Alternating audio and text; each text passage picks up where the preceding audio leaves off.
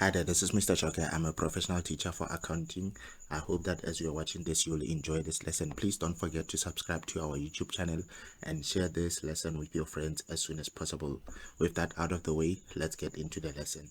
Now, for today's lesson, we're going to be focusing on preparing the cash receipt journal. There's an activity that I took from the Relab for grade 10. It is part of the baseline from the one that was prepared in 2020. So I hope that as you watch this, you'll be able to understand more, because what we are going to do in accounting is going to come from what we used to do in grade 9. So understanding this will really help and make a difference. But remember that for this lesson, I'll only be focusing on the CRJ.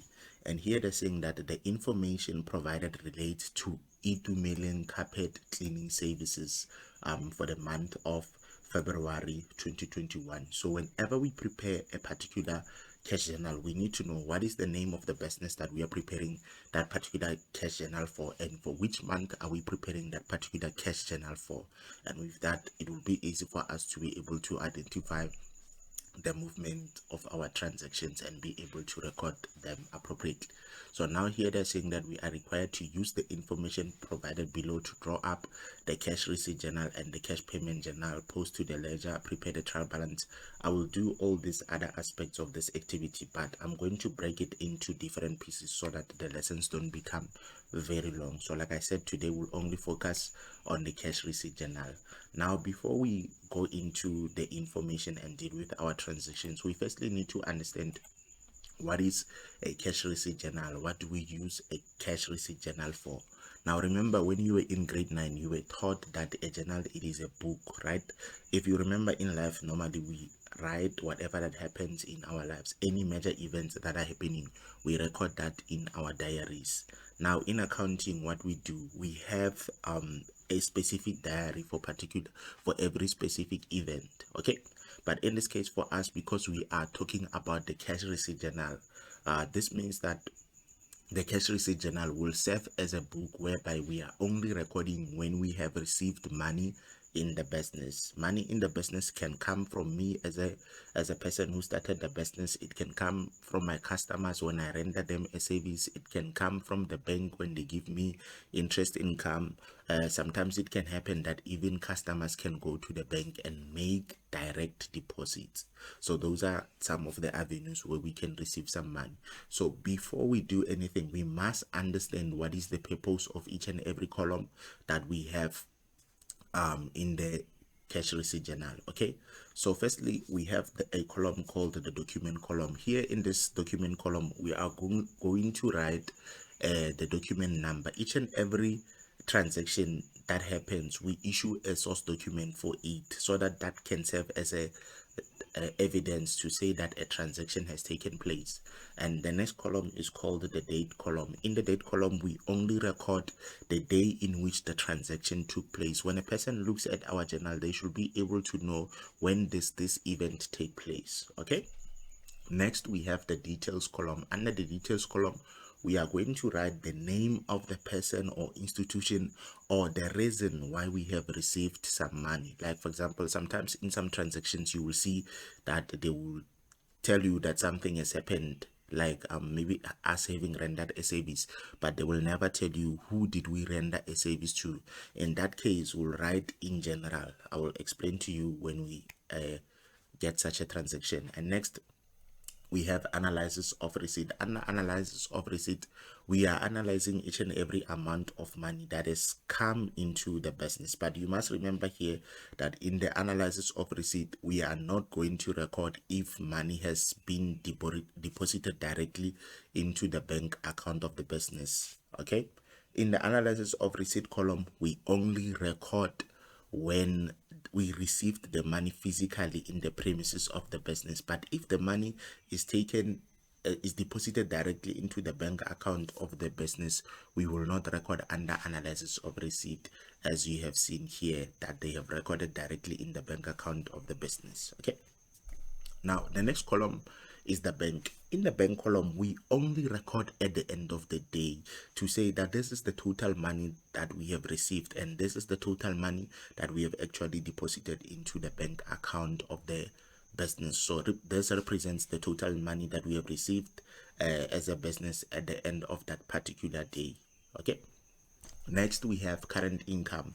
The current income column is only used when we have rendered a service to someone. Like for example, this business is called Itumeleng Cleaning Services. It means that we'll record under the current income when we have rendered a service of cleaning to someone. Like maybe this business, for example, cleans carpets. If we have cleaned carpets to someone, we'll record that under the current income.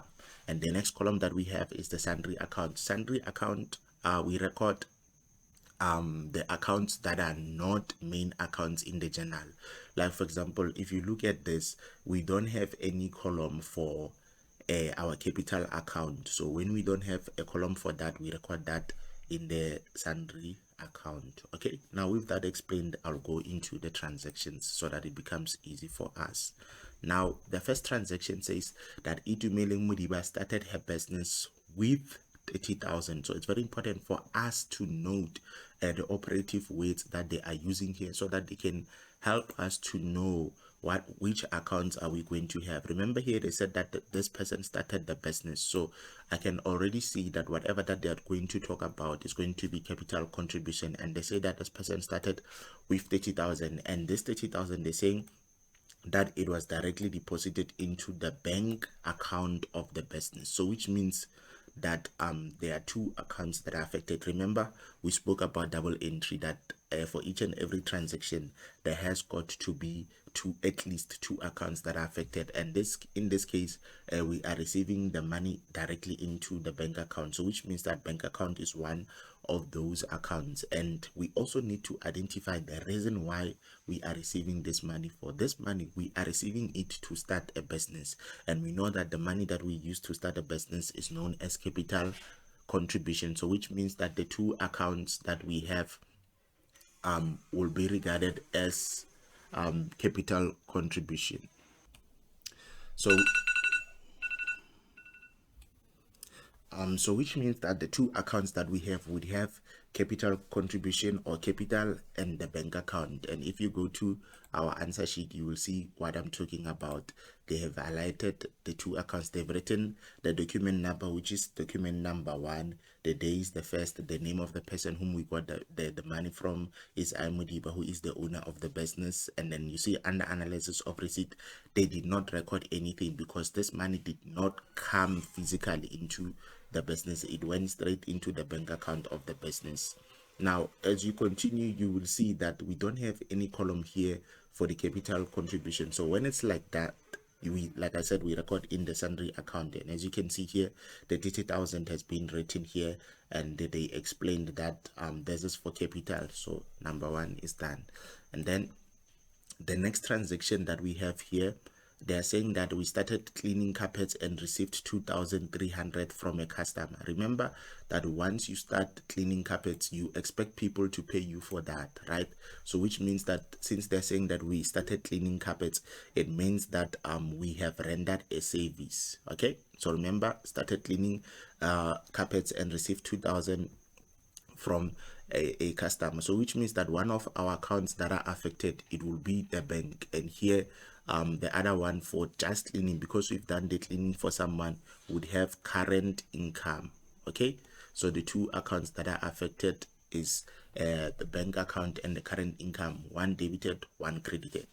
And the next part of the transaction, so because I want to make this easy, I'll just start by recording the first part of the transaction. Here they're saying that we started cleaning.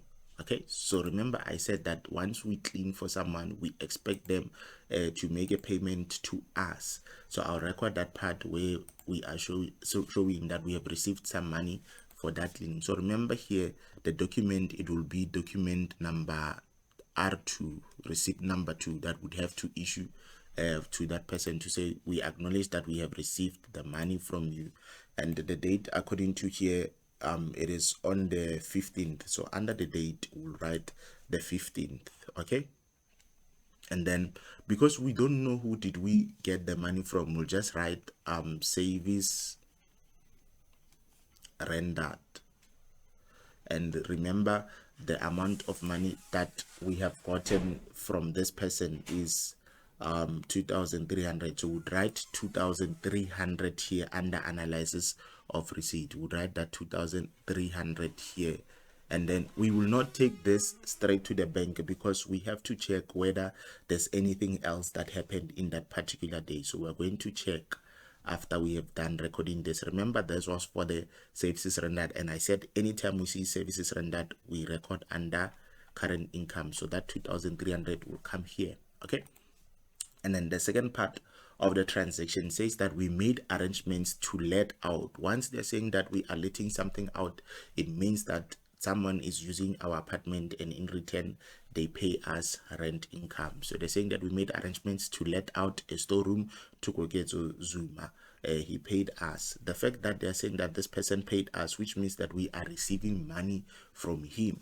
Okay, so we have received additional 500 for rent income. So here we'll come and say receipt number 2 R2, and then the date will be the same. We'll just write K Zuma here. Remember, we are receiving the 500 from him, so we'll write that 500 here, and then from there we check what is the total money that we have received at the end of the day. So we have received the total money of 2,300 plus 500, which gives us 2.8. So which means that at the end of the day, the total money that we had received in the bank was 2.8. And then you close this off here to show that at the end of the business day, this is what was deposited. And then you continue. Remember, this 500 that we have received, we acknowledge that it did go into the bank account, but we must explain to the readers of our books what was that 500 for. So that 500 in this case will come and go to the sundry account, because we don't have any column for rent income. So we'll write here rent income, and then we'll be done recording that transaction on the 15th. And then from there we can go to the other transaction that will affect our CRJ. So here that we received a further, they're saying that we received a further 1,200 for cleaning carpets. So which means that we have done a service for someone. We know that our money is received in the bank account, and then the reason why that we are receiving this for is for services rendered, which we know as current income. Okay, so we can write that this will be it will be receipt number 3, and then this occurred on the date will be let me just check here. The date will be the 18th, so we'll write the 18th here, and then let's see who is this coming from. Where are we receiving this money from? Remember, this is for cleaning carpets. So cleaning carpets in this case, we'll just write services rendered because we don't know the person. So write services rendered, and then we check is there any other transaction that occurred in that day. There's nothing that happened, so we'll take that 1,200 and write it in our analysis of receipt. So we'd have that 1,200 here, and then we'll also take it straight to the bank and say 1.2, and then you underline to show that this is what was deposited. Remember that 1.2 that we received, it was for current income because we've done a service to someone. So you are done recording this transaction, and then next after that you can go to the next transaction that occurred. Here they're saying that on the 22nd we received 2,500 from a customer for cleaning services. Remember, I said anytime we are receiving money, the bank is definitely involved. So we know that we have received 2,500 from a customer for cleaning services, but they don't really explain what was this for. Okay, so what we will do, we'll then write that on the 22nd we received something, so we'll show that remember it's 2.5. so on the here it will be the first of all, the first transaction, it will be receipt number 4, because we need to give that person a source document to say this is the evidence that we have received some money from you. Okay, so on the 22nd would have receipt number 4. would have a receipt number for which we have written, and then the date is the 22nd. And remember, this was for services rendered. Okay, and then the amount that we have totally received according to this is 2,500. Okay, so we'll write that 2,500 here. Now we will not take it straight to the bank because we need to check if there's anything else that happened. Now we know that this 2,500 that we have received is for services rendered, and when we have something for services rendered, we record under current income. So this is the second account. If then we need to then go back and check what was the total, is did we receive anything else on that day. So here they're saying that we received 1,300 of commission from AI's cleaning services for selling his products to customers, meaning that we have sold products to our customers on behalf of AI cleaners. Okay, so obviously we will need to send the source document to them to say that we acknowledge that we have received something from you. So we'd have R number 5, which means it's receipt number 5, and then here we'll make a tick because the same transaction happened on the same day. And then we have would have AI cleaning services. Okay, AI cleaning services. And remember, the total money that we have received from them is 1,300. So we'd have that 1,300 in our in our analysis of receipt column. Okay, now remember here they did not tell us that that person deposited directly. So as long as they have not mentioned that, which means it went through the analysis of receipt column, so we'd have that 1,400 okay, we'd have that 1,300 here.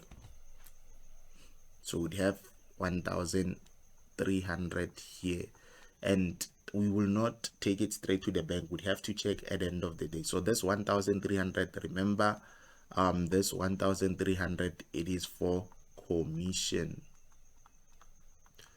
So this is the other account that is not included here. So we'll then have to do the total of 1,300 and then plus the 2.5 so that we can see how much did we receive at the end of the day. And the total that we have received at the end of the day, or it is 3,800. So we'll just write that 3,800 here and underline here to show that this is the total that we have received at the end of the day. And then from there we continue to the next transaction and hear what they are saying to us.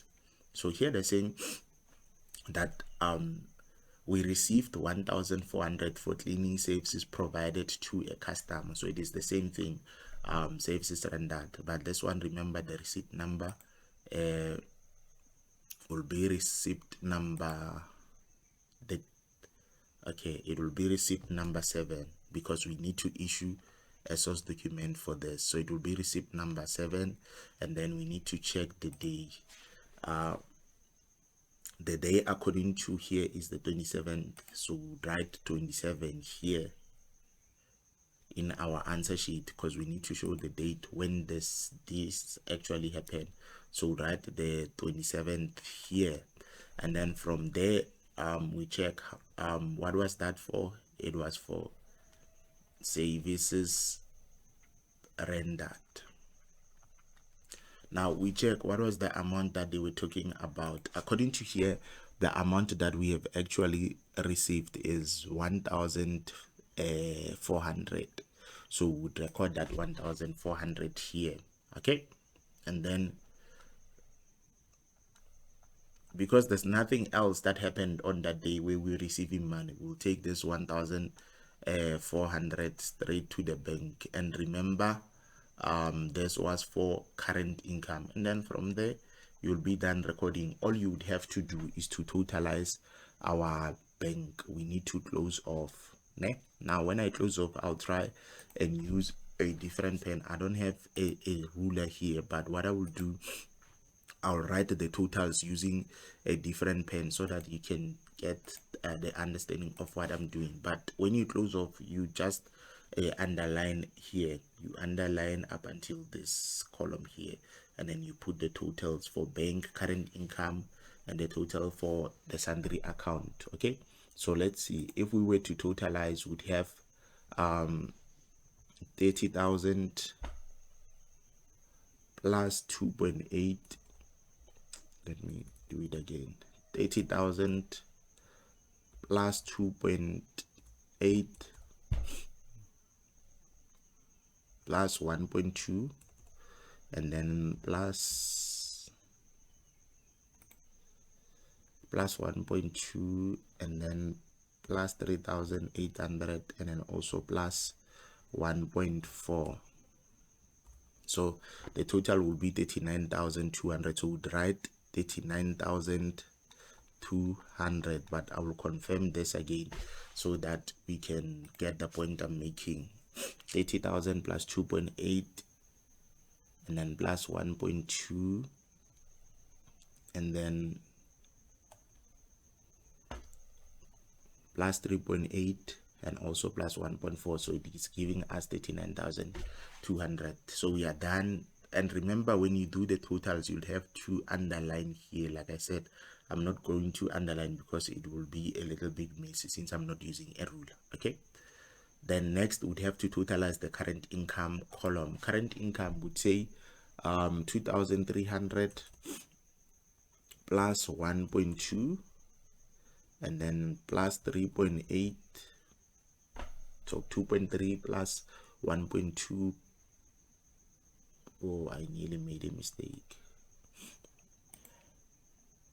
So it's going to be 2,300 plus 1.2, and then plus 2.5 plus 1.4,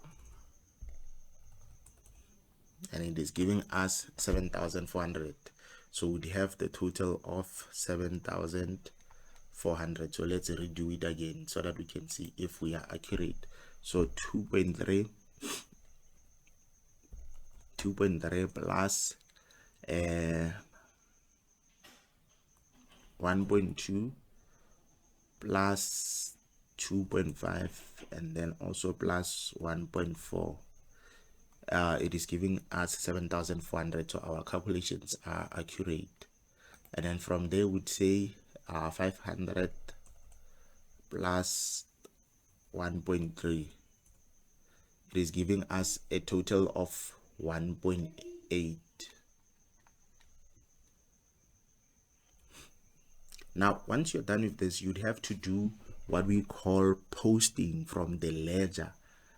Posting from the journal to the ledger, which is one of the steps of the accounting cycle. The accounts that we are going to post is your bank account, your current income, your rent income, your commission income, and the capital account. Once we are done posting them to the ledger, we then have to post them to the trial balance, and then from there that information will be used to prepare your financial statements, like your income statement and so forth. Okay, so this is how we do a cash receipt journal in grade 10.